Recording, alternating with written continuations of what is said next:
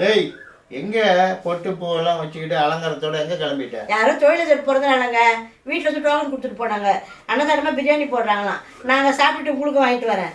ஏன்னா வீட்டில் வந்து சாப்பிட்டு ஆறிட்டோம் பாருங்க. நீ மட்டும் அங்கே சுட சுட சாப்பிடணும், நான் மட்டும் ஆறி போனதை சாப்பிடணும். ஏன்னா நான் சூடு சொன்னேன் இல்லாதவன்.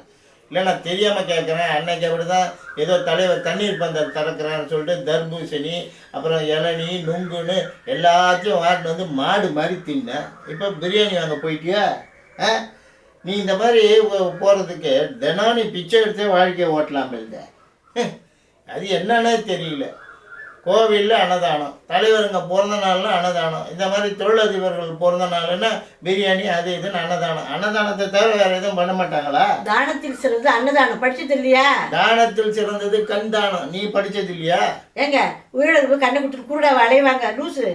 மூதேவி, உயிரோடு இருக்கும்போது கண்ணை கொடுக்க வேண்டியதில்லை. செத்த பிறகு நம்மளுடைய கண்ணை தானமாக கொடுத்தீங்கன்னா எழுதி வச்சுட்டு போனால் யாருக்காவது அது பயன்படும். ஆவாத கதைங்க. ஆவாத கதை. இந்த மாதிரி சோறே போட்டு இருந்தான்னா அர்த்தம்.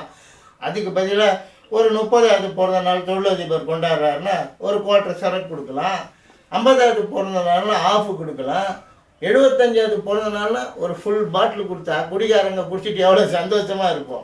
குடிச்சிட்டு ரோட்டில் வாங்கிறது உருண்டு கிடப்பேன். குடிகார பற்றினா போதா பாரு. சரி அது வேணாம், இன்னதுக்கே கொடுத்துக்கிட்டு இருக்கீங்களா? போகிறதுக்கு எதாவது ஏற்பாடு பண்ணலாம்ல? எங்கே போகிறதுக்கு?